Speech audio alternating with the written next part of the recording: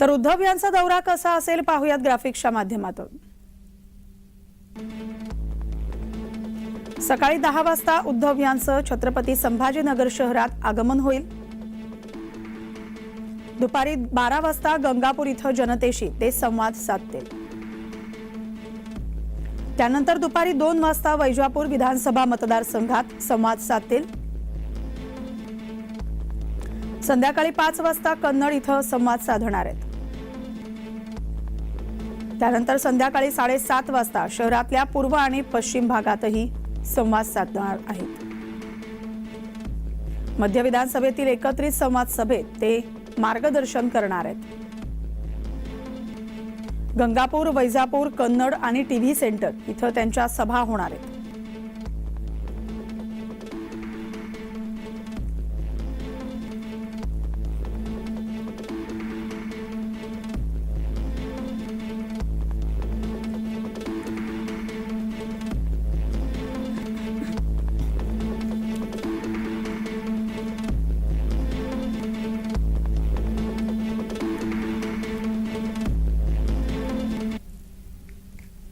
आमचे प्रतिनिधी आपल्यासोबत जोडले गेले आहेत। थेट संभाजीनगरमध्ये जाऊया। विजय चिडे आणि सूरज कामे आमचे दोन प्रतिनिधी जोडले गेले आहेत।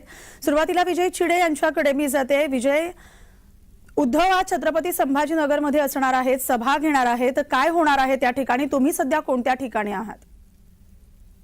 नक्कीच जर बघितलं सध्या उद्धव ठाकरे जे आहेत ते आज छत्रपती संभाजीनगरच्या दौऱ्यावरती आहेत। त्या ठिकाणी जर बघितलं छत्रपती संभाजीनगरच्या ग्रामीण भागामध्ये सध्या दौरा करणार आहे। त्यामध्ये जर बघितलं उद्धव ठाकरे जे आहे शिवसेनेचे जे आहे फूट पडल्यानंतर शिवसेनेमध्ये मोठी खिंडार पडली होती। त्यानंतर जर बघितलं छत्रपती संभाजीनगरचे 5 आमदार जे आहेत ते आता शिंदे गटामध्ये गेले होते। त्यामुळे शिवसेनेला जे आहे तो सर्वात मोठा फटका जो आहे तो छत्रपती संभाजीनगरमध्ये पडला होता।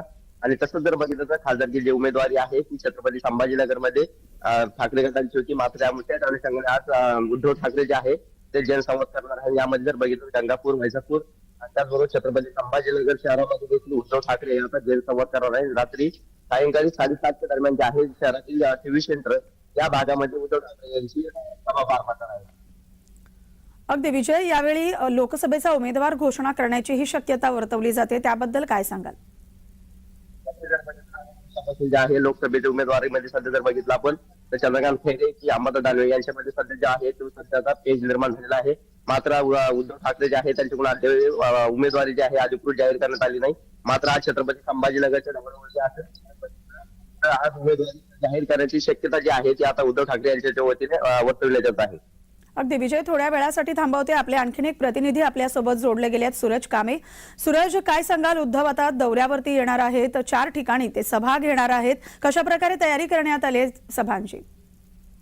आपण बघतोच की विरोधी पक्षनेते अंबादास दानवे सध्या टीव्ही सेंटर या भागामध्ये थोड्याच वेळामध्ये स्थळाची जी आहे ते पाहणी करणार आहेत। एकंदरीत लोकसभेची जी पडघम आहे ती वाजण्याला आता कुठेतरी सुरुवात झाली असं म्हणायला हरकत नाहीये। आणि ज्या वेळेला लोकसभेची पडघम सुरू झाली आहे अशामध्ये उद्धव ठाकरेंचा दौरा हा अत्यंत महत्वाचा मानला जात आहे। कारण की आपण बघतोय की सध्या तरी या ठिकाणी MIMचा उमेदवार निवडून आलेला आहे इम्तियाज जलील यांच्या माध्यमातून। आणि या ठिकाणी आपण बघतोय की चंद्रकांत खैरे यांच्या माध्यमातून मागच्या 4 टर्म जे होते ते खासदार राहिलेले आहेत। हा शिवसेनेचा बालेकिल्ला प्रामुख्याने मानला जात होता। मात्र जेव्हा शिंदे गट वेगळा झाला आणि राज्यामधलं एक स्थित्यंतर, राजकीय स्थित्यंतर निर्माण झालं त्यानंतर मात्र या ठिकाणची जी शिवसैनिक होते त्यामध्ये मोठी पोकळीक निर्माण झालेली होती। कदाचित हीच पोकळीक भरण्यासाठी उद्धव ठाकरे जे आहेत ते जनसंवादाच्या माध्यमातून जनतेशी संवाद साधण्याचं आपल्याला पाहायला मिळत आहे। राहिला उमेदवारीचा प्रश्न, लवकरच या ठिकाणी आपल्याला उमेदवारीचं जे आहे ते अधिकृत नाव समोर येणार आहे। यामध्ये सर्वात अगोदर जर आपण बघितलं तर चंद्रकांत खैरे जे की अगोदरही खासदार राहिलेले आहेत त्यांचं नाव सर्वाधिक चर्चेला जाण्याची शक्यता आहे आणि त्यांच्या नावावर एकंदरीत शिक्कामोर्तब होण्याची देखील शक्यता निर्माण केली जात आहे। अगदी सूरज, उद्धव यांच्या समोर आता छत्रपती संभाजीनगरमध्ये एक मोठं आव्हान असणार आहे, कारण आता लोकसभा निवडणुका येत आहेत आणि जसं तुम्ही म्हणालात की पक्षात फूट पडल्यानंतर आता एक मोठं आव्हान आता उद्धव यांच्या समोर असणार आहे। कसं पेलू शकतात ते आव्हान आणि त्या दृष्टिकोनातून हा त्यांचा दौरा किती महत्त्वाचा आहे? नक्कीच आपण बघतोय की शिंदे सेना ज्या वेळेला वेगळी झाली शिवसेनेतून त्यावेळेस सर्वाधिक आमदार जे होते ते छत्रपती संभाजीनगर आणि मराठवाड्यातून त्यांच्या गटात गेल्याचं आपल्याला पाहायला मिळालेलं होतं। मात्र जेव्हा या ठिकाणी MIM सारखा पक्ष जो नवीन होता महाराष्ट्रामध्ये आणि इम्तियाज जलील सारखा व्यक्ती खासदार म्हणून निवडून आला, त्यावेळेला पहिल्यांदा चुरून या ठिकाणी शिवसेनेच्या बालेकिल्ल्याला पाहायला मिळालेलं होतं.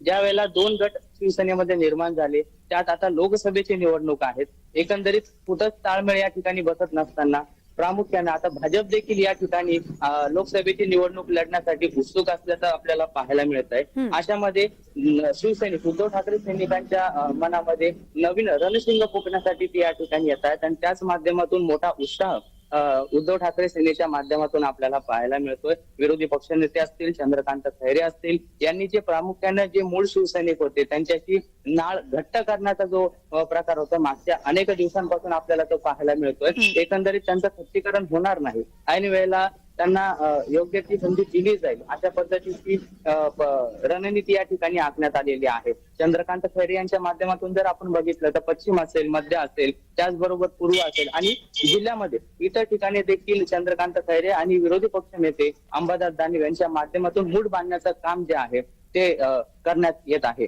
नीलम. अगदी सूरज आणि विजय, तुम्ही या संपूर्ण दौऱ्याकडे लक्ष ठेवून राहा. तुमच्याकडून आम्ही वेळोवेळी जाणून घेत राहू. दोघांचेही तुर्तास धन्यवाद. तर उद्धव यांचा छत्रपती संभाजीनगर दौरा असणार आहे आणि या दौऱ्यादरम्यान ते 4 सभा घेणार आहेत. नेमकं या सभांमध्ये ते काय बोलणार आहेत याकडेच आता सगळ्यांचं लक्ष असणार आहे.